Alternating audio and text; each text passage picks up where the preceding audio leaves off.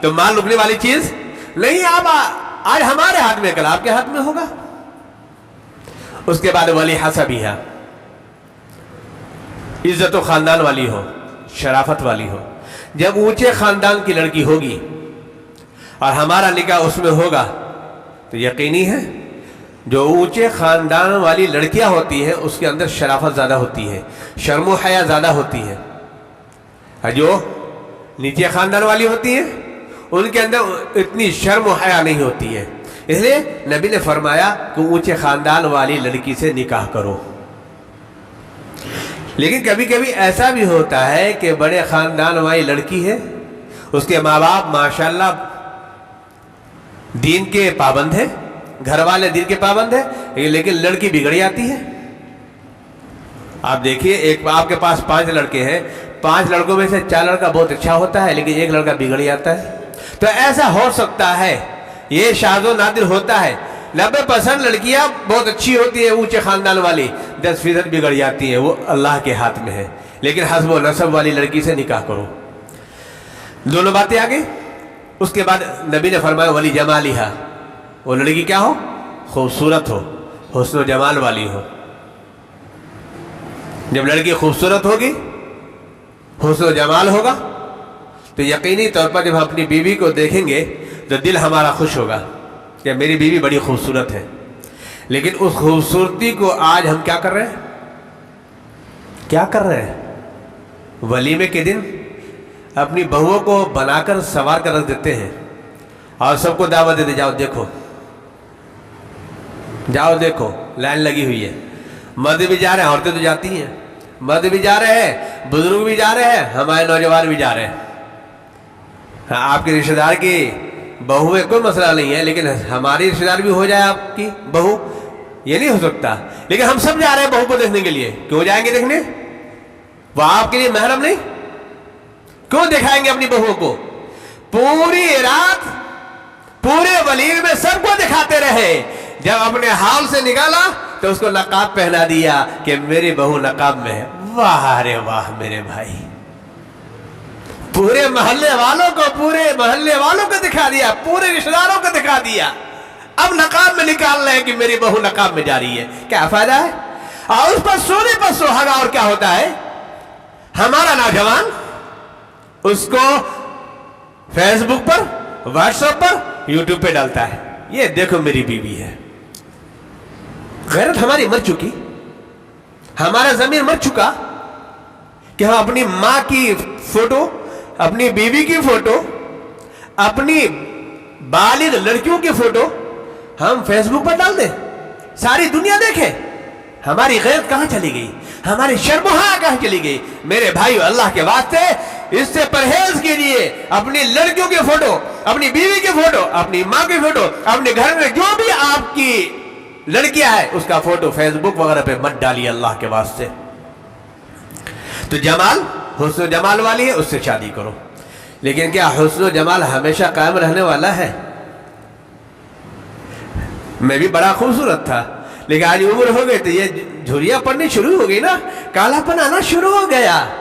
یہ کچھ نہیں بچے گا، نہ مال بچنے والا ہے، نہ حسب و نسب بچنے والا ہے، اور نہ خوبصورتی بچنے والی ہے. لیکن شریعت نے اسے منع نہیں کیا ہے. اس کے بعد فرمایا والدین، یہاں دیندار ہو. اور نبی نے کیا فرمایا؟ فظفر بذات الدین، دیندار کی اعتبار سے لڑکیوں کا انتخاب کرو. دینداری اعتبار سے لڑکیوں کا انتخاب کرو. کیوں؟ جب دین ہوگا تو گھر کا ماحول اچھا بنے گا. آج ہم نے کیا سمجھ لیا؟